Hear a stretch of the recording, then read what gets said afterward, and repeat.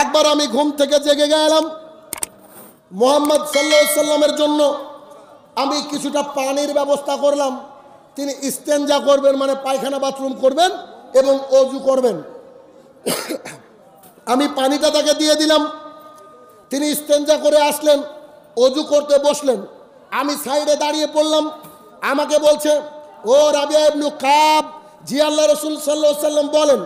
বলছি, তুমি আমার কাছে কিছু চাও? তিনি বলছেন যে আমি আপনার সাথে জান্নাতে থাকতে চাই। রাসূলুল্লাহ সাল্লাল্লাহু আলাইহি সাল্লাম বলছেন, জিনা ওটা বাদ দিয়ে চাও? বলছে, জিনা আমি ওটাই চাই। তখন মুহাম্মদ সাল্লাল্লাহু আলাইহি সাল্লাম বলতে, শোনো, বেশি বেশি সেজদা করো, আর তোমাকে জান্নাতে যাতে আমি নিয়ে যেতে পারি তার সুব্যবস্থা আমাকে গ্রহণ করার চেষ্টা করো। অর্থাৎ তুমি বেশি বেশি নফল ইবাদত করো, নফল সালাত আদায় করো, যাতে করে আমি তোমাকে জান্নাতে নিয়ে যেতে পারি। সো যদি বেশি বেশি সেজদা করেন, আল্লাহ তাআলার দরবারে আল্লাহ তাআলার বিধানকে মেনে চলেন, 5 ওয়াক্ত সালাতের সাথে সাথে মাঝে মধ্যে তাহাজ্জুদের সালাত আদায় করেন, কিছু নফল সালাত আদায় করেন, মুহাম্মদ সাল্লাল্লাহু আলাইহি ওয়াসাল্লাম বলছে যে তুমি আমার সাথে জান্নাতে থাকবা। একটা সমাজকে পরিবর্তন করতে গেলে এক কিতাবটাকে পড়ে মেনে নিতে হবে। এগুলো মুহাম্মদ সাল্লাল্লাহু আলাইহি ওয়াসাল্লামের মুখের বাণী।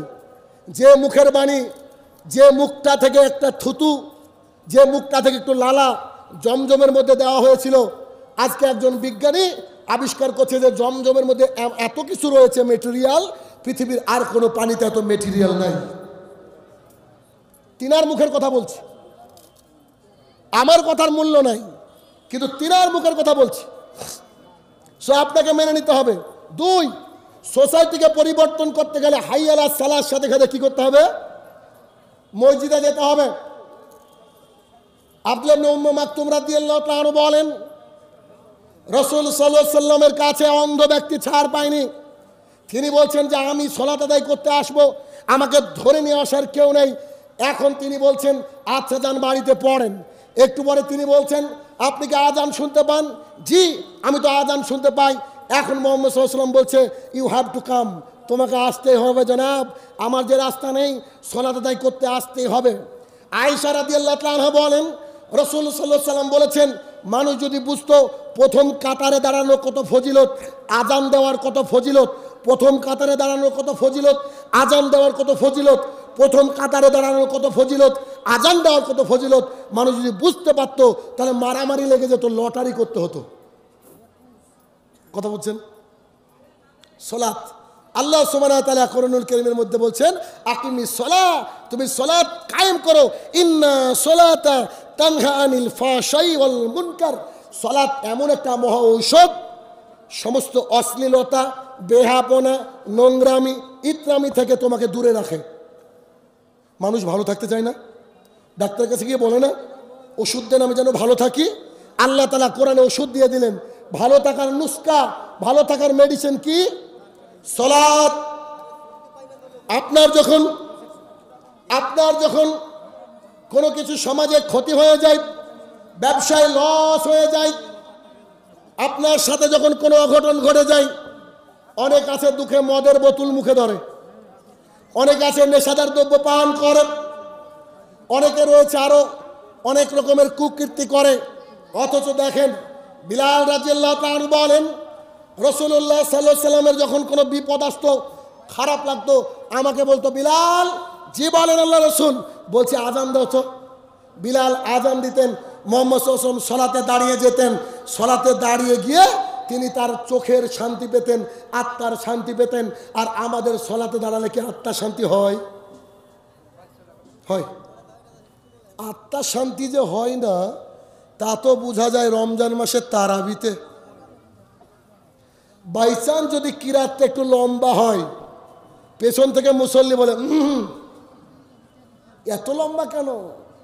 আমাকে জমিতে নিড়ানি দিতে হয়, সারাদিন কাজ করি, তোমার মতো মসজিদে বসে থাকি না। কি গো, বলে কি বলে না? বলেন তো, এই আশপাশেরই লোক আপনারা, তারাবির সালাত আপনাদের কতটুকু সময় লাগে আদায় করতে?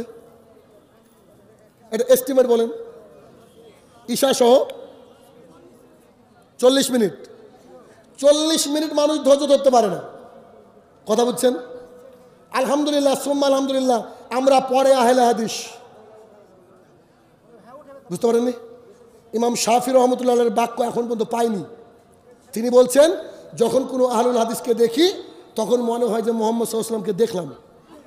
আর আমি বলছি এখন সোকল্ড আহলে হাদিসকে দেখলে ইমানটা নিচে নামছে। আমি বলছি আমাদের মসজিদে 2.5 ঘন্টা তারাবি পড়ি আমরা। কথা বুঝছেন? 2.5 ঘন্টা তারাবি তো ফরজ না, যার দরকার নেই সে পড়বে না। আয়েশা রাদিয়াল্লাহু তাআলা আনহা বলছেন 1500 বুখারীর হাদিস। আচ্ছা বলেন তো মুহাম্মদ সাল্লাল্লাহু আলাইহি ওয়াসাল্লামের রাতের সালাত কেমন ছিল? তো তিনি বলছেন যে রামাদানের বাইরে তিনি 11 রাকাতের বেশি পড়েননি। এটা নিয়ে কথা বলছি না। এবার বলছে তোমরা আমাকে জিজ্ঞাসা করো না তার সালাতের দৈর্ঘ্য কতটা ছিল, তোমরা আমাকে জিজ্ঞাসা করো না তার সালাতটা কত লম্বা ছিল।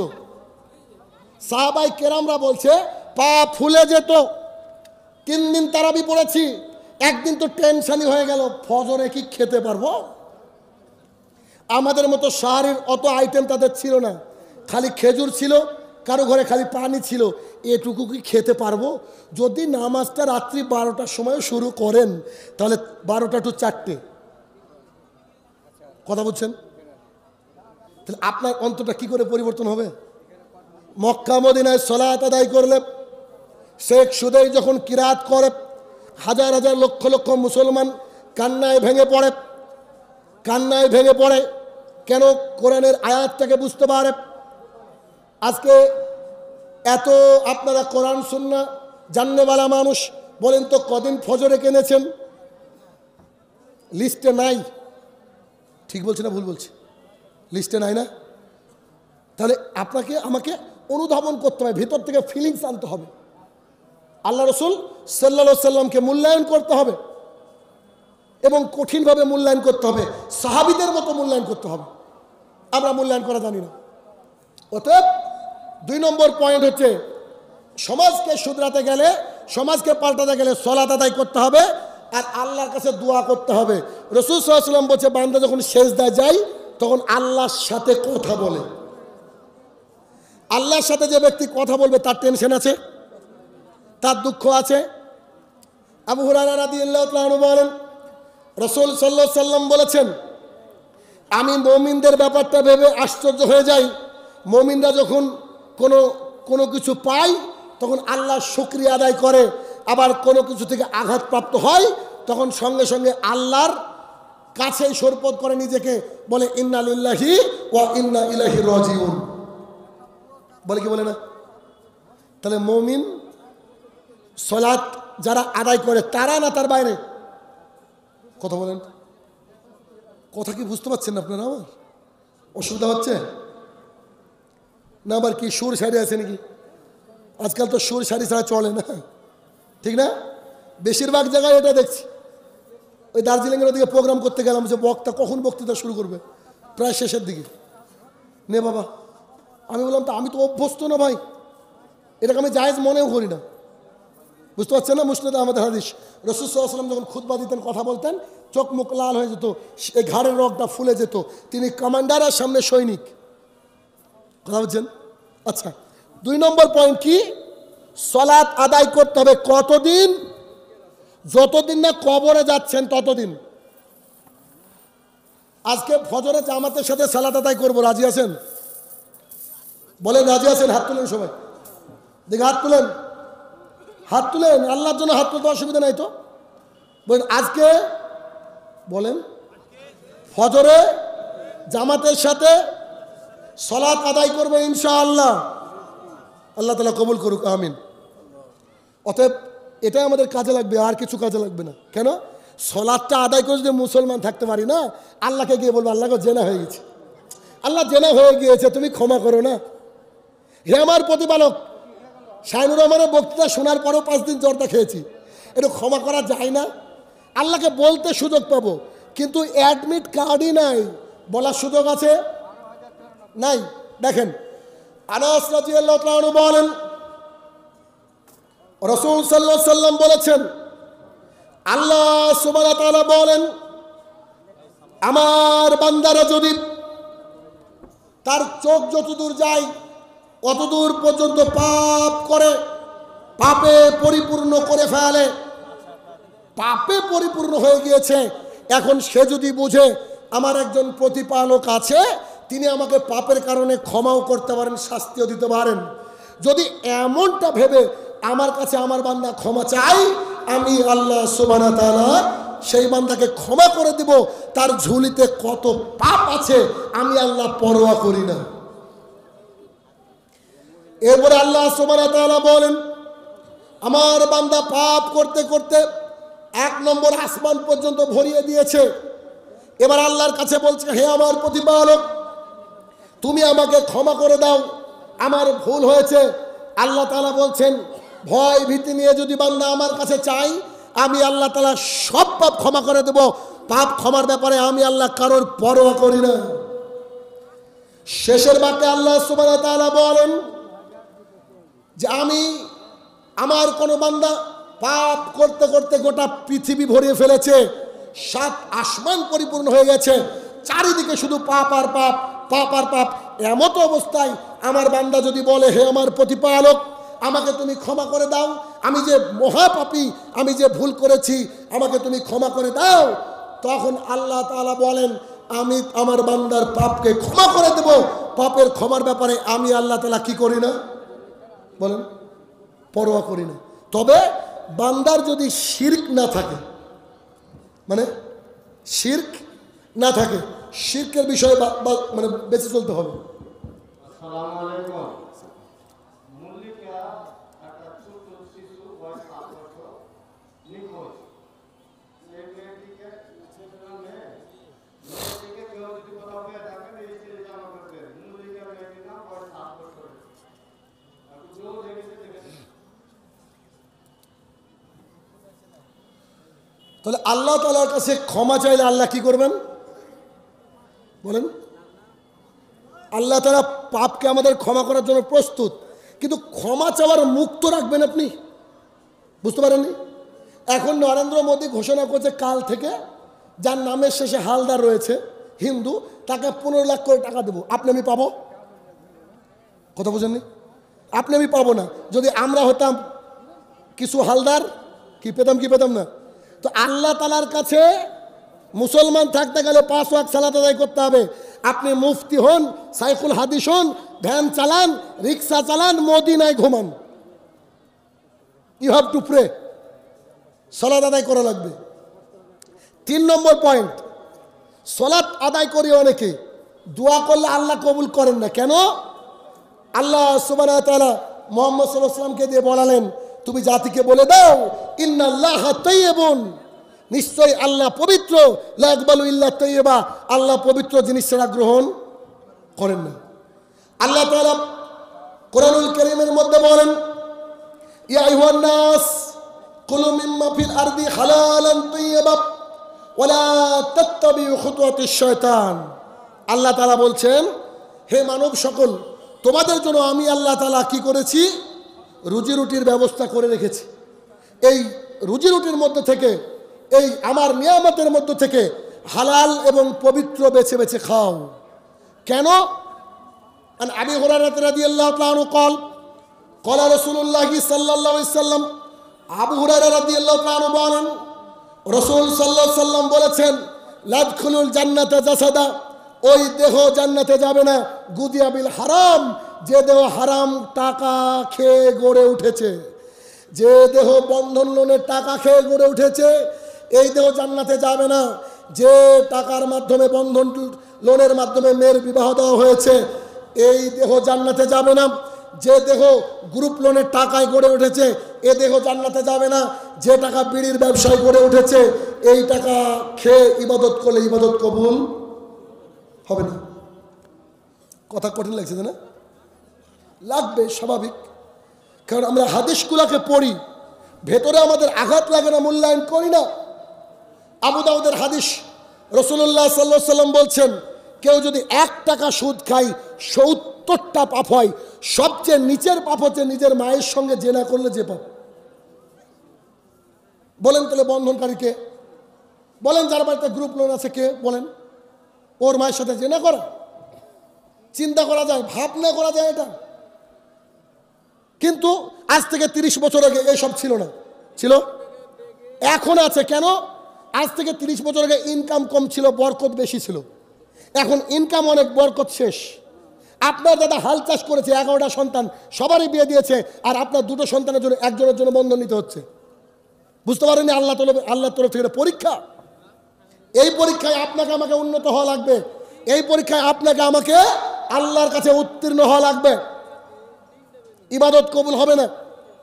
এই জন্য যারা মুদিখানার দোকান রেখেছেন, আজকে যদি মনে করেন আমি মানুষ, আল্লাহ তাআলা আমার পার্স দিয়েছে, লজ্জাবোধ দিয়েছে, আল্লাহ তাআলা বুঝবার ক্ষমতা দিয়েছে, আপনি আজকে নয়, আজকে তো রাত্রি পারবেন না, কালকে সকালবেলা যত জর্দা, গুল, খৈনি, বিড়ি, সিগারেট সবগুলোকে ভেঙে ফেলে দিতে হবে, পুড়িয়ে দিতে হবে।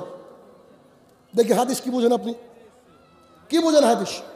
আরে মদিনার গলিতে, মক্কার গলিতে গলিতে, মদিনায় প্রত্যেকের বাড়িতে একবারে মদ, বিদেশি মদ, লক্ষ লক্ষ টাকার মদ। তখনও মদ হারাম হয়নি।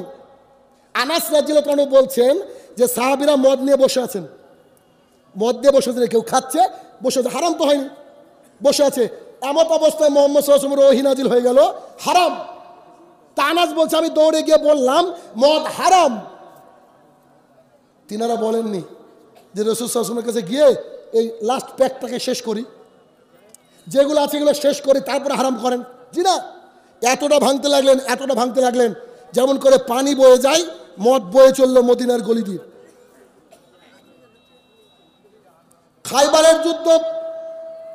খাইবারের যুদ্ধের পর সাহাবায়ে কেরামরা গাধার গোশত রান্না করছেন, রেডি, আর 2-5 মিনিট হলে নামবে। সাহাবায়ে কেরাম মানে 7 দিন না খেতে থাকা মানুষ, 10 দিন না খেতে যাওয়া মানুষ, বহুদিন না খেতে পাওয়া মানুষ, অভুক্ত অবস্থায় কাটানো মানুষ। বহু সাহাবীরা পেটে পাথর বেঁধে রাখতেন। ইভেন মুহাম্মদ সাল্লাল্লাহু আলাইহি ওয়াসাল্লাম, আবু হুরায়রা রাদিয়াল্লাহু তাআলা আনহু পেটে পাথর বেঁধে রাখছেন খাওয়ার জ্বালায়, খিদের জ্বালায়। এত কষ্ট আল্লাহ তাআলা তাদেরকে দিয়েছিলেন। আল্লাহ তাআলার তরফ থেকে কি পরীক্ষা তাদের উপরে ছিল। গনগনে আগুনের উপরে গোশত রেডি হয়ে গেছে, সবারই খাবারের গতিটা মানে ইচ্ছাটা হয়তো দ্বিগুণ হয়ে গেছে, গোশতরে নামলেই খাবো। তাঁবুর মধ্য থেকে একজন এসে বলছে শোনো, আল্লাহ তাআলা আয়াত নাজিল করে দিয়েছে গৃহপালিত গাধার গোশত হারাম। যখন জবাই করেছিল হালাল ছিল, ওই এসেছিল না, তারা বলতে পারতো এখন খেয়ে তারপরে আমরা ত্যাগ করব, কিন্তু তারা পাতিল সহ উল্টে ফেলে দিল, সেই গোশতকে ত্যাগ করে দিল, খেলো না। সাহাবায়ে কেরামের অবস্থা, কোনো নসিহত শুনলে, কোনো হাদিস শুনলে এগুলোকে তৎক্ষণাৎ মেনে নিতেন। আপনিও হাদিস শুনলেন, দেখি কি করা যায়, রাসূল সাল্লাল্লাহু আলাইহি ওয়াসাল্লামকে মানেন কিনা, জরুরি ভিত্তিতে মানতে হবে। কেন? মুহাম্মদ সাল্লাল্লাহু আলাইহি ওয়াসাল্লামকে ভালোবাসতে হবে সন্তান, সন্ততি, বাপ, মা, ভাই, রিলেটিভস, আত্মীয় স্বজন, টাকা পয়সা, ইভেন নিজের চেয়ে। আর যদি না মানতে পারেন চলে যাবেন পৃথিবীতে। আল্লাহ তাআলা, এই পৃথিবীর আল্লাহর কাছে কোনো মূল্য নাই। কেন? সাহল ইবনে সাদ রাদিয়াল্লাহু তাআলা আনহু বলেন রাসূলুল্লাহ সাল্লাল্লাহু আলাইহি ওয়াসাল্লামকে বলতে শুনেছি, আল্লাহ তাআলার কাছে পৃথিবীর মূল্য যদি একটা মশা কিংবা মাছির ডানা সমতুল্য হতো, আল্লাহ তাআলা পৃথিবীর বুকে কোনো কাফেরকে এক ঢোক পানি গিলতে দিতেন না। আল্লাহ তাআলা ছাড় দেন, আল্লাহ তাআলা ছেড়ে দেন না। আল্লাহ তাআলা ছাড় দেন, আল্লাহ তাআলা ছেড়ে দেন না। আল্লাহ তাআলা যে কোনো মুহূর্তে আপনার আমার গলা টিপে ধরতে পারে। আল্লাহ ছাড় দিয়েছেন আপনাকে আমাকে। সাহাবায়ে কেরামরা চাইলে অনেক ইনকাম করতে পারতেন, কিন্তু না, বৈধ পথে ইনকামের জন্য সাহাবায়ে কেরামরা সবসময় সদা প্রস্তুত ছিল। বলছিলাম 3 নম্বর পয়েন্ট, একটা সোসাইটিকে পরিবর্তন করতে হলে, আল্লাহর কাছে দোয়া কবুল হওয়াতে গেলে কি করতে হবে? হালাল খেতে হবে। এখন সমাজে আলেম ফতোয়া দিয়ে রেখেছে পান, বিড়ি, জর্দা, গুল, সিগারেট হারাম নয়, মাকরু। কি বলে না, বলে না, মাকরু বলে না। শুনেন হাদিস, নুমান ইবনে বাসির রাদিয়াল্লাহু তাআলা আনহু বলেন রাসূলুল্লাহ সাল্লাল্লাহু আলাইহি ওয়াসাল্লাম বলেছেন হারাম সুস্পষ্ট, শুয়োরের গোশত হারাম, এটা দ্বিমত আছে? আছে গো? নাই। 2, হালাল সুস্পষ্ট, ছাগলের গোশত হালাল, দ্বিমত আছে? এবার মুহাম্মদ সাল্লাল্লাহু আলাইহি ওয়াসাল্লাম বলেছে মাঝে যা রয়েছে তা আছে সন্দেহ। মাঝে যা রয়েছে জর্দা, বিড়ি, খৈনি, এগুলো কি? সন্দেহ। এবার মুহাম্মদ সাল্লাল্লাহু আলাইহি ওয়াসাল্লাম বাক্যটা শুনেন, যে ব্যক্তি সন্দেহ থেকে বেঁচে থাকলো ও তার ইজ্জত আবরু দিন ইসলামকে উপরের দিকে তুললো। পৃথিবীর কোনো মুসলমান আছে নাকি দিন ইসলামকে নিচে নামাতে চাই? আছে? দিন ইসলামকে উপরে সবাই তুলতে চাই।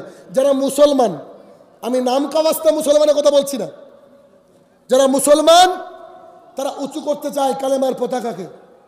এবার মোহাম্মদ সাল্লাল্লাহু আলাইহি ওয়াসাল্লাম দেখেন, সর্বশ্রেষ্ঠ শিক্ষক আমি কেন বলি, তার বোঝানোর কোয়ালিটি, তার উদাহরণ ক্ষমতা পৃথিবীর আর কারোকে আল্লাহ তাআলা দেয়নি। এবার দেখেন পরের বাক্যটা, ও সাহাবীরা শোনো শোনো শোনো, জি আল্লাহ রাসূল বলেন। বলছি তোমরা তো গরু ছাগল চড়াও তাই না? জি চড়াই। তো তোমার এরিয়া আলাদা, আরেকজন লোকের এরিয়া আলাদা, তো মাঝে যেটা থাকে এটাকে কি বলেন আপনারা? আইল বলেন না? আল। মুহাম্মদ সাল্লাল্লাহু আলাইহি ওয়াসাল্লাম বলছে, কোনো ব্যক্তি যদি আলের উপরে গরু চড়ায়, ছাগল চড়ায়, তাহলে কি এই ছাগল গরুটা ওইদিকে মুখ দিবে? সাহাবায়ে কেরামরা বলছে বেশক অবশ্যই দেবে, ও তো পশু, ও তো ঠিক বুঝে না। তো মুহাম্মদ সাল্লাল্লাহু আলাইহি ওয়াসাল্লাম বলছে, যা সন্দেহ তা হারাম। এই হাদিসটাকে পড়ে না তারা? যা সন্দেহ তা হারাম, 100% হারাম। ভাই ছেড়ে দিতে হবে, এগুলো ছেড়ে দিতে হবে। আপনি ছেড়ে দেন, ভেতরে তৃপ্তি পাবেন। ইবাদত করলে, দোয়া করেন, আল্লাহ কবুল করবে, অবশ্যই কবুল করবে, বিশ্বাস করেন কবুল করবে। তবে হারাম খরচে দোয়া আল্লাহ কবুল করবে না। আর একটা হাদিস সুস্পষ্ট, সবাই জানে হাদিসটা। আন আয়েশা রাদিয়াল্লাহু তাআলা আনহা ক্বালাত ক্বালা রাসূলুল্লাহ সাল্লাল্লাহু আলাইহি ওয়াসাল্লাম, আয়েশা রাদিয়াল্লাহু তাআলা বলেন, রাসূলুল্লাহ সাল্লাল্লাহু আলাইহি ওয়াসাল্লাম বলেছেন, কুল্লু মুসকিরিন খামরিন ওয়া কুল্লু খামরিন হারাম। প্রত্যেকটা নেশাদার বস্তু মদ, আর প্রত্যেকটা মদই হারাম। যদি হাদিসটি এরকম থাকতো, কুল্লু মুসকিরিন খামরিন ইল্লা বিড়ি ইল্লা জর্দা, নাকি? অনেকে আবার বিয়াদব থাকে, কি জানেন? বলছে যে জর্দার বিড়ি কোথায় লেখা আছে দেখান। ওরা জানে না খামার শব্দের অর্থ হচ্ছে যার দ্বারা বিবেককে ঢেকে দেওয়া হয়। যখন বেচারা অঙ্ক পাচ্ছে না, বলছে একটা সিগারেট নিয়ে আয় তো, বুদ্ধির গোড়ায় ধুয়ে দেয়। তো যদি হারামি না হবে তো ছাড়তে পারেন না কেন? আর যদি হারামি না হবে তো মসজিদে খান না কেন? কেউ মসজিদে বিড়ি খায়, কিন্তু মসজিদে ঢোকার আগে ফেলে দেয়, বেরিয়ে আবার খায়। আরে মানুষ বুঝতে পারলো না। সুতরাং হারাম থেকে আমাদেরকে কি করতে হবে? বেঁচে থাকতে হবে। একটা সমাজকে, একটা জাতিকে পরিবর্তন করতে গেলে হারাম থেকে বেঁচে থাকতে হবে। এরপরে 4 নম্বর point, how to make a good society. একটা সোসাইটি কি করে সুন্দর তৈরি করবেন, চলেন বদলাই। 4 নম্বর পয়েন্ট, আবু হুরায়রা রাদিয়াল্লাহু তাআলা আনহু বলেন, রাসূল সাল্লাল্লাহু আলাইহি সাল্লাম বলেছেন, আমি মারা যাওয়ার পর এত বড় ফিতনা ছেড়ে যাচ্ছি না যাতে তোমাদেরকে গ্রাস করবে দুটো বিষয় ছাড়া। 1 টাকা, 2 নারী। ওই যে সাদা দাড়িওয়ালা লোকটা পুজো উদ্বোধন করে বেড়াচ্ছে, দেখছেন না আপনি? কিসের জন্য? টাকা, সম্মান, টাকার জন্য পুজো উদ্বোধন করে। আর আরেকজন বলছে যে মাছি দান করে আমি জাহান্নামে যাব। আরে ইমান, পুজো উদ্বোধন করে, তার প্যান্ডেলে যায়। ইবনে ওমর রাদিয়াল্লাহু তাআলা আনহু বলেন, রাসূলুল্লাহ সাল্লাল্লাহু আলাইহি ওয়াসাল্লাম বলেছেন, এই পৃথিবীর জমিনে যখন আল্লাহদ্রোহিতা কোনো কাজ কেউ করে, তাদের উপাসনালয়ের পাশ দিয়েও যেও না, তখন আল্লাহ তাআলার গজব নাজিল হতে থাকে। আপনার ছেলে দুর্গা পুজো দেখতে যায়, আপনার ছেলে কালী পুজোকে চিনে, আপনার ছেলে কত পুজো চিনে, ও আবার উইশ করে ওর হিন্দু বন্ধুকে, বলছে হ্যাপি দিওয়ালি, উইশ করে। মুহাম্মদ সাল্লাল্লাহু আলাইহি ওয়াসাল্লাম বলছে টাকা। আর এই টাকার কারণে বহু মানুষ কিয়ামতের মাঠে ফেসে যাবে।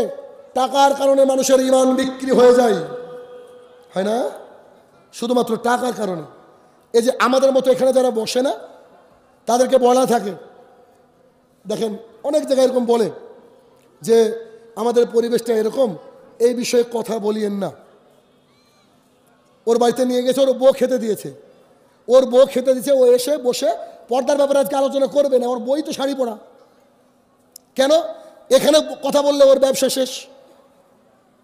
এইভাবে ব্যবসা শেষ করার জন্য আজকে জলসাগুলায় এত কিচ্ছা কাহিনী হয়, শিক্ষিত হাইলি এডুকেটেড মানুষ আসে না। কথা কি খুব ভুল বললাম? ভালো শিক্ষিত মানুষ আর আসে না। কেন? বলছে যে আব্দুল কাদের জিলানী মায়ের পেট থেকে অটো পাশ করেছে 18 পারা। আবার বলছে আব্দুল কাদের জিলানী রহমতুল্লাহ নাকি মৃত মানুষকে জীবিত করতে পারতেন, তো ও মরেছে কেন? আশ্চর্য গো। সেই কোনো এক পীর সাহেব নাকি বলেছিল ধান ভাঙাতে গিয়েছে, মিল আছে না, ধান ভাঙাতে গিয়ে গম ভাঙাতে গিয়েছে। তো গম ভাঙাতে গিয়ে দেখছে লম্বা লাইন, কারেন্ট ছিল না। পীর সাহেব গিয়ে বোঝায় শোনো আমার গমটা ভাঙিয়ে দাও। তো বলছে যে হুজুর একবারে লাইন বাই লাইন ভাঙাবো, 1 2 3 4, ও 7 নম্বরে হুজুর আপনি কিচ্ছু করেন। এই শোন আমারটা ভাঙিয়ে দে, আমার কাজ আছে। 5 থেকে একটা লোক বলছে আমাদের কি কাজ নাই, আমরা কি বেকার? ওই ছেলে আবার বলছে হুজুর 7 নম্বরে রেখে যান দরকার হয়। তো হুজুর উঠে বলছে তুই কে, আমি কে জানিস? আমার বাড়ি আদিনা, আমার বাড়ি ফুরফুরা, তুই আমাকে চিনিস? এই দুটো এমনি বললাম, তুই আমাকে চিনিস? এমন একটা ফু মেরে দেবো তোর ওই মেশিন সব বিকল হয়ে যাবে। ছেলেও ছিল আমাদের মতো, বলছে হুজুর আমি গরিব মানুষ, হুজুর ফুটু মেরে খবরদার আমার মেশিনটা নষ্ট করে দেন না। এক কাজ করেন ফু দিয়ে গমটাই ভাঙান দেখি। বুঝতে পারছেন না? ফু দিয়ে গমটাই ভাঙান না দেখিনি। তো বুঝতে পারছেন বিষয়টা? তো আমাদের হচ্ছে এই অবস্থা শুধুমাত্র টাকার কারণে আজকে মানুষের ইমান বিক্রি হয়ে যাচ্ছে, ইমান বিক্রি হয়ে যাচ্ছে।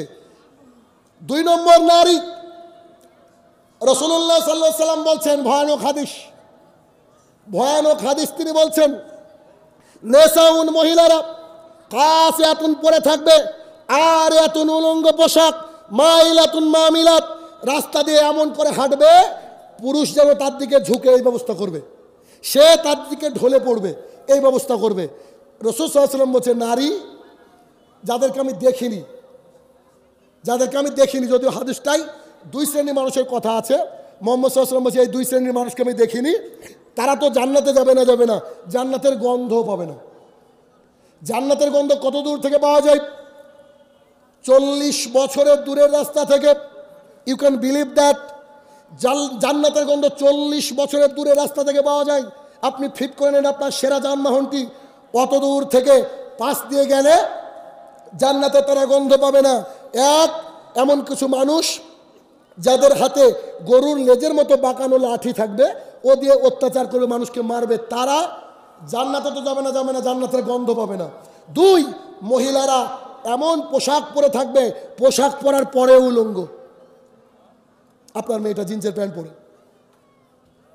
আপনার স্ত্রী আজকে ব্লাউজ পরে রেখেছে, শাড়ি পরেছে, ওড়নাটা নিয়েছে কেন? ঠান্ডা লাগছে তাই। ওড়না মাথায় দিয়ে চলে না, ও মাথায় ওর কাপড় ঠিকঠাক থাকে না, ও জাতির সামনে এখন হাঁটছে। আপনার মেয়েটাকে দেখলাম ও ওড়না ছাড়া আসছে। রাসূল সাল্লাল্লাহু আলাইহি ওয়াসাল্লাম এদের কথা বলেছেন, এরা তো জান্নাতে যাবে না, জান্নাতের গন্ধ পাবে না। কত ভয়ানক পরিস্থিতি। আন আব্দুল্লাহ ইবনে মাসউদ রাদিয়াল্লাহু তাআলা আনহু ক্বালা রাসূলুল্লাহ সাল্লাল্লাহু আলাইহি ওয়াসাল্লাম, আব্দুল্লাহ ইবনে মাসউদ রাদিয়াল্লাহু তাআলা আনহু বলেন রাসূলুল্লাহ সাল্লাল্লাহু আলাইহি ওয়াসাল্লাম বলেছেন সালাসাতুন কাদ, 3 শ্রেণীর মানুষ। কত ভয়ঙ্কর কথা, আমরা হাদিসে মূল্যায়ন করিনি। রাসূল সাল্লাল্লাহু আলাইহি ওয়াসাল্লাম বলেছেন সালাসাতুন কাদ, 3 শ্রেণীর মানুষের জন্য, 3 শ্রেণীর মানুষের জন্য, 3 শ্রেণীর মানুষের জন্য জান্নাত হারাম। জান্নাত হারাম মানে কোথায় যাবে? কথা বলেন। জাহান্নামে। জাহান্নামটা কি শুনেন, হাদিসটা থাক, জাহান্নামটা দেখি। আবু হুরায়রা রাদিয়াল্লাহু তাআলা আনহু বলেন আমরা মুহাম্মদ সাল্লাল্লাহু আলাইহি ওয়াসাল্লামের সঙ্গে বসেছিলাম, বিকট একটা আওয়াজ হলো। মুহাম্মদ সাল্লাল্লাহু আলাইহি ওয়াসাল্লাম বলছে এই তোমরা বলতে পারো আওয়াজটা কিসের? এখন সাহাবায়ে কেরামরা বলছে আল্লাহু রাসূলুহু আলাম, আপনি আপনার প্রতিপালক ভালো জানেন। মুহাম্মদ সাল্লাল্লাহু আলাইহি ওয়াসাল্লাম বলছেন জাহান্নামের মুখে একটা পাথরকে রেখে দেওয়া হয়েছিল, 70 বছর পর তলদেশে পৌঁছানো। জাহান্নাম কত বড়! একটা পাথর জাহান্নামের মধ্যে পড়তে 70 বছর লাগে। বুর্জ খলিফা থেকে আপনাকে আমাকে ফেলে দিলে 1 মিনিটও লাগবে না, 165 তলা নিচে পড়ে যাবো। কিন্তু একটা পাথর লাগলো 70 বছর। মানে আপনি কি কল্পনা করতে পারছেন জাহান্নাম কত বড়? মানে আপনাকে আমাকে ফেরেশতা যদি ধাক্কা দিয়ে দেয়, আমাদের পড়তে মিনিমাম 70 বছর সময় লাগবে। এটা হচ্ছে জাহান্নাম। এবার আসেন হাদিসে মুহাম্মদ সাল্লাল্লাহু আলাইহি ওয়াসাল্লাম কি বলছেন? 3 শ্রেণীর মানুষের জন্য জান্নাত হারাম। কোথায় যাবে? জাহান্নামে যাবে। 1, মুদমিনুল খামরিন, নিয়মিত পানবিড়ি জর্দা গুল সিগারেট যারা খায় তারা জান্নাতে যাবে না। 2, রাজুলাতা মিন নিসাই, পুরুষের বেশধারী নারী জান্নাতে যাবে না। আপনি বলে শিক্ষিত, আপনি বলে মাধ্যমিক পাশ করেছেন, আপনি উচ্চ মাধ্যমিক পাশ করেছেন, আপনি অমুক স্কুলের মাস্টার, আপনার মেয়েকে জিন্সের প্যান্ট কেন কিনে দিলেন? আপনার মেয়েটা চুল কেটে ছোট করেছে কেন? আপনার মেয়েটা টি শার্ট পরে দিয়ে জাতির সামনে হাঁটে কি করে? আরে যখন এমন একটা জামানা ছিল মানুষ বুঝতো না লজ্জাস্থান কোনটা, পাতা দিয়ে ঢাকতো, পাতা দিয়ে, তাই না? তারপরে গাছের ছাল, পশুর ছাল, যত বুদ্ধি হতে লাগলো এখন কাপড়। কাপড় পাওয়া যায় না, পুরো কাপড় পাওয়া যায় না বাজারে, সব পাওয়া যায়। আপনার মেয়েটা জাতির সামনে উলঙ্গ হাঁটছে। আরে যদি ঢেকেও থাকে, এত টাইট ফিট পোশাক পরেছে, এত টাইট ফিট, অঙ্গ প্রত্যঙ্গের প্রত্যেকটা অংশ বোঝা যাচ্ছে। রাসূল সাল্লাল্লাহু আলাইহি ওয়াসাল্লাম বলছে, they will not enter to the paradise. তারা জান্নাতে যাবে না, তারা যাবে না। অনেকে মনে করে যে we are highly educated in the society, আমরা এই সোসাইটির খুব শিক্ষিত নারী, খুব শিক্ষিত নারী, জাতিকে আমাদের পেট পিট দেখিয়ে চলে যাব, তোমার জন্য জাহান্নাম। আমি বলছি না, আমি অনুবাদক। মুহাম্মদ রাসূলুল্লাহ সাল্লাল্লাহু আলাইহি সাল্লাম 1450 বছর আগে পৃথিবীর সবচেয়ে বড় মডার্ন মানুষ, তিনি একটা সোসাইটিকে ভালো করার লক্ষ্যে বলেছেন মহিলাদেরকে ঢাকতে হবে। ওই বাক্যটা 2015-16 সালে এসে আমেরিকান একজন বিখ্যাত ফিলোজফার, দার্শনিক, উনি খ্রিস্টান লোক, উনি বলছেন, দেখেন মোহাম্মদ সাল্লাল্লাহু আলাইহি ওয়াসাল্লাম বাক্যটা মেনে নিলে সোসাইটি সুন্দর হবে। উনি কি বলছেন? If you want to destroy your society without war, put there adultery. ভালো করে বুঝেন, তোমরা যদি একটা সোসাইটিকে যুদ্ধ ছাড়া ধ্বংস করতে চাও, মহিলাদের পোশাক খুলে দাও, অটোমেটিকলি একটা সমাজ ধ্বংস হয়ে যাবে। আমেরিকার একজন ব্যক্তিত্ব বলছেন, আর মুহাম্মদ সাল্লাল্লাহু আলাইহি সাল্লাম 1450 বছর পূর্বে বলেছেন, 1450 বছর। এই জন্য আপনাকে যদি বলে আপনি কিসের শিক্ষক, আমি ম্যাথ, আমি ইংরাজি, আমি বায়োলজি, আমি sociology, whatever the subject you name, মুহাম্মদ সাল্লাল্লাহু আলাইহি ওয়াসাল্লাম is the teacher of it. আপনি যে সাবজেক্টের নাম করবেন তিনি সেই সাবজেক্টের শিক্ষক, নট অনলি শিক্ষক বাট অলসো দ্য ফাদার, বাপ। কথা বুঝছেন? সমস্ত বিজ্ঞানীর বাবার নাম কি বলেন? মুহাম্মদ রাসূলুল্লাহ সাল্লাল্লাহু আলাইহি সাল্লাম। মাইকেল এইচ হার্ট একটা কিতাব রচনা করলেন, দ্য 100। তিনি বলছেন গোটা বিশ্ব থেকে 100 জন মনীষীকে খুঁজে বের করলাম, 100 জন। তার মধ্যে আইজ্যাক নিউটনও আছে, বিজ্ঞানী, ফিলোজফার, গাণিতিক, socialist, social activist, all type of quality যার মধ্যে রয়েছে, খুঁজে বের করলাম। উনি বলছেন 1 নম্বরে যার নাম দিতে বাধ্য হলাম, হিজ নেম ইজ মুহাম্মদুর রাসূলুল্লাহ সাল্লাল্লাহু আলাইহি ওয়াসাল্লাম। আরে কত সৌভাগ্য আমাদের, আমরা সেই মুহাম্মদ সাল্লাল্লাহু আলাইহি ওয়াসাল্লামের উম্মত। অথচ আমরা তাকে মূল্যায়ন করা জানি না, আমরা মূল্যায়ন করা জানি না। আজকে দেখুন, আপনি যদি খেয়াল করেন, হিন্দু ধর্মগ্রন্থ পড়েন আপনি, শ্রীমদ্ ভাগবত মহাপুরাণ প্রথম খণ্ড 313 নম্বর পৃষ্ঠা, শ্রীমদ্ ভাগবত মহাপুরাণ প্রথম খণ্ড 313 নম্বর পৃষ্ঠা, ওখানে বলা আছে, ওম অজ্ঞান হে তু ক্রেত মুহাম্মদ অন্ধকারনাশম। পরিচিতমূলক একটা নাম, আমি বানিয়ে বলছি না তো, রেফারেন্স দিচ্ছি। ওখানে বলা হচ্ছে যে এমন একটা জামানা আসবে, যে জামানাটা হবে অন্ধকারময় জামানা। ওই জামানায় তোমরা যদি পরিত্রাণ পেতে চাও, একজন ব্যক্তিকে অনুকরণ করো, তার নাম কি? মুহাম্মদ। তারা বলছে, আমরা বলি সাল্লাল্লাহু আলাইহি ওয়াসাল্লাম। তাহলে 3, আর দায়ুস লা ইয়াদখুলুল জান্নাহ, দায়ুস জান্নাতে যাবে না। যার বউ বেটি পর্দা করে না, যার বাড়ির মেন গেট খোলা থাকে, যার বাড়িতে টিভিতে দিন রাত টিভি সিরিয়াল চলে, এগুলো হচ্ছে দায়ুস, এরা জান্নাতে যাবে না। জি শাইনুর রহমান যদি মক্কায় নামাজ পড়ে তাও যাবে না। কেন? রাসূল সাল্লাল্লাহু আলাইহি ওয়াসাল্লাম অপর হাদিসে বলছে, কুল্লুকুম রাইন, প্রত্যেকেই রাখাল, আর প্রত্যেক রাখালের আন্ডারে যা আছে তা সম্পর্কে জিজ্ঞাসা করা হবে। তাহলে বুঝেন। এবার যদি বলি, এই ধান গাড়াতে কত পার্সেন্ট মহিলারা বোরকা পরে? 5%। তাহলে 5%কে মুহাম্মদ সাল্লাল্লাহু আলাইহি ওয়াসাল্লাম সবাইকে বলেছেন, আমার সেরা শাবাব মান ইসতাতা মিনকুমুল বাআত ফালিয়াতাজাওয়াজ। ও যুবকের দল, if you have ability then you can get married. তোমার যদি ক্ষমতা থাকে তুমি বিয়ে করো। আরে জনাব, 5 বছরের ছেলেটাকে বাইক চালাতে দিবেন? কেউ দিবেন? কেন? ও পারবে না। তাই আল্লাহ রাসূল সাল্লাল্লাহু আলাইহি ওয়াসাল্লাম বলছে যার ক্ষমতা আছে ও বিয়ে করবে। ওকে এমন বিয়ে দিয়ে দিয়েছেন জানেও না যে বউকে ঢাকতে হবে। এটা তো ক্ষমতা হলো না। শীতকালে বউকে জড়িয়ে ধরে শোয়া ক্ষমতা নয়। ক্ষমতা মানে ইসলামের আহকাম মানতে হবে। স্ত্রীকে বাড়ির মধ্যে পায়খানা বাথরুম করে দিতে হবে। স্ত্রী বাইরে যাবে না। বিনা কারণে যদি যেতে হয় কমপ্লিটলি কভার্ড, পুরোটা ঢেকে জাতির সামনে বেরোতে হবে।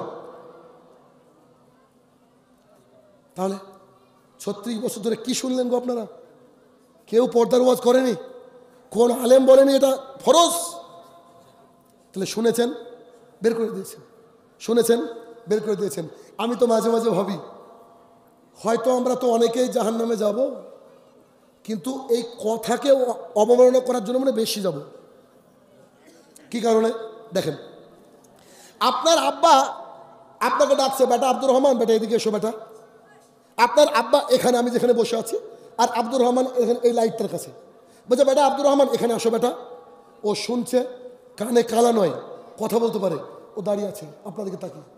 বলছেন আব্দুর রহমান বেটা এদিকে এসো বেটা। দাঁড়িয়ে আছে। বেটা তোমাকে আমি ডাকছি না? এরপরেও ও শুনছে, আসছে না। কি করবেন? কি করবেন গো?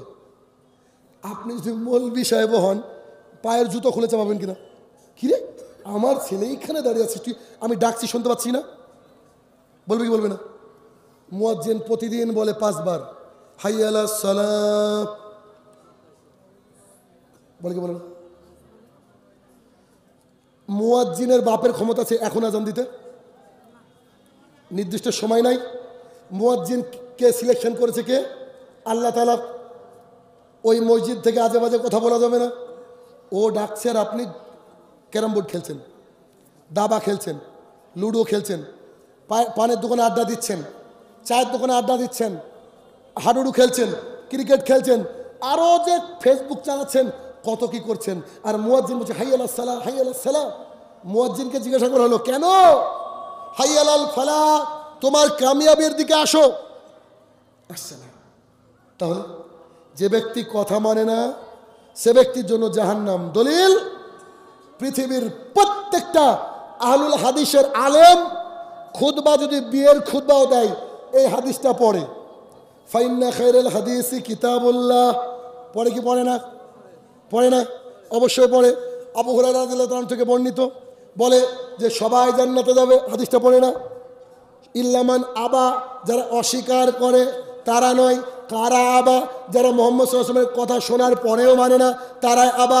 আমার এই যে এতক্ষণ যে হাদিসগুলো শুনলেন, কোরআনের আয়াত শুনলেন, এর উপরে আমল না করলে আপনিও আবা, আপনিও আবা। তাহলে আর দায়ুস লা ইয়াদখুলুল জান্নাহ, দায়ুস জান্নাতে যাবে না। রাসূল সাল্লাল্লাহু আলাইহি ওয়াসাল্লামকে জিজ্ঞাসা করা হলো দায়ুস কি?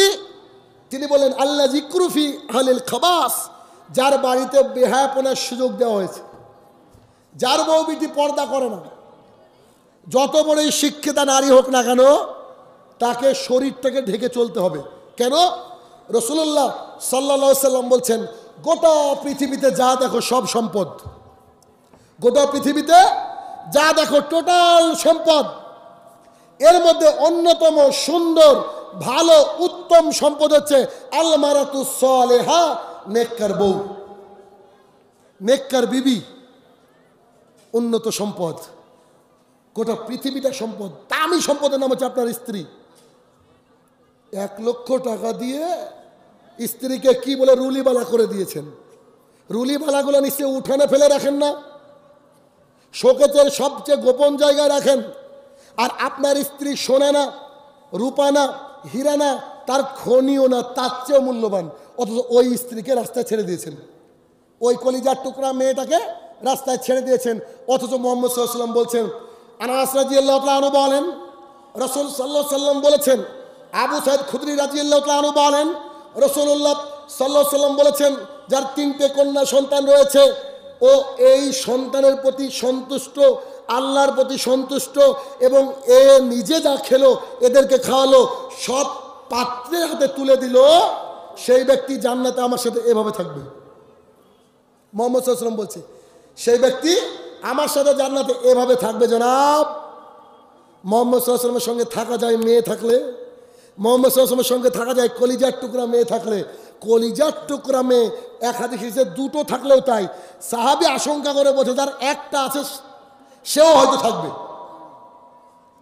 তাহলে কি করে আপনার মতো এইভাবে ওড়না ছাড়া বা ওড়না রেখেছে গলায় ঝুলিয়ে এই এই এই বাপগুলা যাবে না, এই বাপগুলার জন্য হাদিস না। সুতরাং আমার সময় প্রায় শেষ নয়, 5 মিনিট বেশি বলে ফেলেছি। তো টোটাল কথাটাকে একটু প্যাকেজ করে দিই আপনাদেরকে। সেটা হচ্ছে, 1, কোরআন সুন্নাহ যা শুনবেন যা পড়বেন একটু যাচাই বাছাই করে মেনে নিতে হবে। 1 নম্বর, যদি কোরআন এবং সুন্নাহ মেনে নেন, এই যে মাদ্রাসার কমিটি বসে আছে ইনাদেরকে স্পেশাল একটা বক্তাকে আনতে হবে না যে বক্তা এসে দান তুলবে। কথা বুঝছেন না? খালি কোরআন এবং সুন্নাহ বলবে, ইনারা টাকা গুনে শেষ করতে পারবে না। আমার কথা বুঝলেন কিনা? সাহাবায়ে কেরামকে মুহাম্মদ সাল্লাল্লাহু আলাইহি ওয়াসাল্লাম কি বলেছে? এই তোমরা দান করো, জান্নাতে ঘরের জিম্মাদারি আমি নিচ্ছি। কেন ওই ঘর কি ফুরিয়ে গিয়েছে? ওই ঘর আর নাই? কি গো নাই? রাসূলুল্লাহ সাল্লাল্লাহু আলাইহি ওয়াসাল্লাম বলেছে সাদকাতু বুরহান, দান হচ্ছে দলিল, জান্নাতে যাওয়ার দলিল। আপনাকে বুঝতে হবে তো না, এভাবে কথা বলা যায় না। ক্লাস 6 থেকে বক্তৃতার লাইনে আমি আছি, এইরকম ভাবে না, এখানে একটা ভালো মাইক্রোফোন লাগাতে হয়, নাহলে বাংলাদেশের মতো 3টে লাগাবেন। এইভাবে বক্তৃতা যাই, মুক্ত দিক থেকে যাবি বলেন, মাইকটা ভালো লাগাতে হয় বাবা একটু, ঠিক আছে না? আমার প্রত্যেক রাত্রিবেলা প্রোগ্রাম। তো কি করতে হবে? দানের ব্যাপারে একটা আলেম এসে 3টে থেকে 4টে হাদিস বলবে, মানুষ পালা ফেলে দেবে এখানে। তবে যদি মানুষকে ঠিকঠাক আমরা বুঝাতে পারি, বুঝতে পেরেছেন? ঠিকঠাক বুঝাতে পারি। কিন্তু আমরা তো ওই রকম না। বক্তা আসবে, সুর করবে, বলবে অমক 1 টাকা দিল দাম না রে নামে শরীফুল, ও গো আল্লাহ নেকি দিতে করিও না ভুল, নাউজুবিল্লাহ। বলে কি বলে না? বলে না? আল্লাহ বলে ভুল করে। আশ্চর্য পাবলিক। কোরআন শোনা মানে ও বা কি করবে রে ভাই? একটা ভিখারিকে বলছে 2 + 2 কত? বলছে 4খানা রুটি। আশ্চর্য, 2 + 2 = 4খানা রুটি? তো যে খিদে লেগেছে তো কি বলবো? তো বক্তাকে বলা হয় যে টাকা তুলতে হবে। ও যে কোনোভাবে আপনাকে টাকার মধ্যে নিয়ে আসবে। কথা বুঝেননি? এই জন্য অনেকে বানিয়ে বলে, যাই হোক আল্লাহ তাআলা ক্ষমা করুক। বলছিলাম সোসাইটিকে পরিবর্তন করতে গেলে কি করেন? 1, যা শুনবেন যাচাই বাছাই করে মানবেন। শোনার পরে মানলে মুনাফিক হয়ে যাবেন, না মানলে সাবধান। 2, সালাত আদায় করতে হবে আল্লাহর সাথে কানেক্ট থাকার জন্য। 3, হারামকে ত্যাগ করতে হবে আল্লাহর কাছে দোয়া কবুল হওয়ার জন্য। 4, নিজের দায়ুস হতে হবে না, মা বোনকে ওই লাইনে নিয়ে যেতে হবে না। কালকে গিয়ে হাটে গিয়ে বাজারে গিয়ে বুরখা কিনে দেন, দেখবেন আপনার মা বোনের সম্মান আল্লাহ তাআলা বাড়িয়ে দেবে না? ওই যে RSS এর কুকুরগুলো আমাদের একটা দিনী বোনকে ঘিরে ধরেছিল, হিজাব পরার কারণে আল্লাহু আকবার ধ্বনিতে গোটা আকাশ বাতাস প্রকম্পিত হলো। আল্লাহ তাআলা তাকে বিখ্যাত করেছেন, কি করেননি? বিখ্যাত করে দিয়েছেন। সুতরাং কথা বোঝা গেল কিনা? বুঝতে পারলেন কি বললাম? অতএব খুব সাবধানতা অবলম্বন করুন। আর যেগুলো বললাম যাচাই বাছাই আপনাকে করার জন্য অনুমতি দেওয়া হয়েছে, করেন। কেননা কোরআন সুন্নাহর বাইরে আলহামদুলিল্লাহ কথা বলি না, রেফারেন্স দিয়ে কথা বলেছি। হে আমার প্রতিপালক, এতক্ষণ যা বললাম আমি সহ সবাই যেন এর পুরো আমল করতে পারি, সেই তৌফিক আদা করো, আল্লাহুম্মা আমিন। হে আমার প্রতিপালক, ফালাহুল মাদ্রাসা ফালাহুল মুসলিমিনকে বহু পুরনো মাদ্রাসা তুমি কবুল করে নাও। এখান থেকে যেন দিনের দায়ী হিসাবে মানুষ বেরোতে পারে, সেই তৌফিক আদা করো, আল্লাহুম্মা আমিন। হে আমার প্রতিপালক, মাটির তলে যারা শায়িত আছে মাবুদ, জানি না কি হালে রয়েছে, তাকে যদি ক্ষমাযোগ্য হয় তাকে তুমি ক্ষমা করে দাও, আল্লাহুম্মা আমিন। হে আমার প্রতিপালক, কি বড় বড় আলেমরা আছে ভাইজান, এগুলো আমাকে দেবেন না, প্রশ্ন আমি উত্তর দিই না। হে আমার প্রতিপালক, যারা ওইদিকে যারা দান করেছেন এবং আগামী দিনে দান করবেন, তাদের নিয়াতকে আল্লাহ তাআলা কবুল করে নিক, আল্লাহুম্মা আমিন। হে আমার প্রতিপালক, ডক্টর জাকির